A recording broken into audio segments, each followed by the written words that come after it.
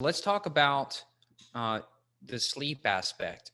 Like, for example, third shift workers, much higher incidence. I've experienced Yep. it personally. When you're working a third shift or a swing shift, you're messing up your circadian rhythm, your serotonin, your dopamine, your melatonin, your cortisol, all these hormones and neurotransmitters that can act as both neurotransmitters and hormones. They all have a circadian rhythm. And if you're not going to bed with the sun and getting up with the sun, you're probably not going to be optimally happy.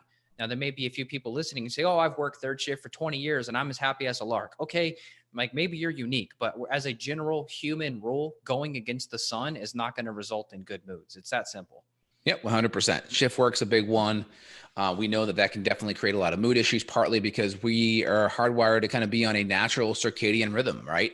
Light stimulates cortisol. Cortisol stimulates, alertness and being awake. And then that cortisol drops throughout the day. And then we relax at night. And darkness stimulates melatonin. Melatonin inhibits cortisol. And therefore you relax. It's a powerful antioxidant, helps with inflammation, helps you recover. So yeah, that's a really important step into this equation for sure. So the sleep component, the food, the nutrient density component, I think is really big.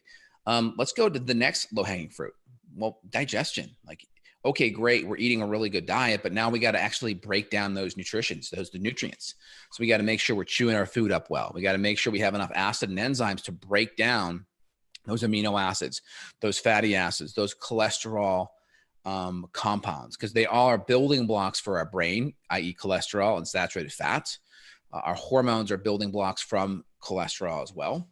And then our brain chemicals, they're all going to come from amino acids, which come from protein. So all of our brain chemicals, norepinephrine, dopamine, GABA, serotonin. Serotonin then converts to melatonin, which is our sleep hormone and our antioxidant for the brain.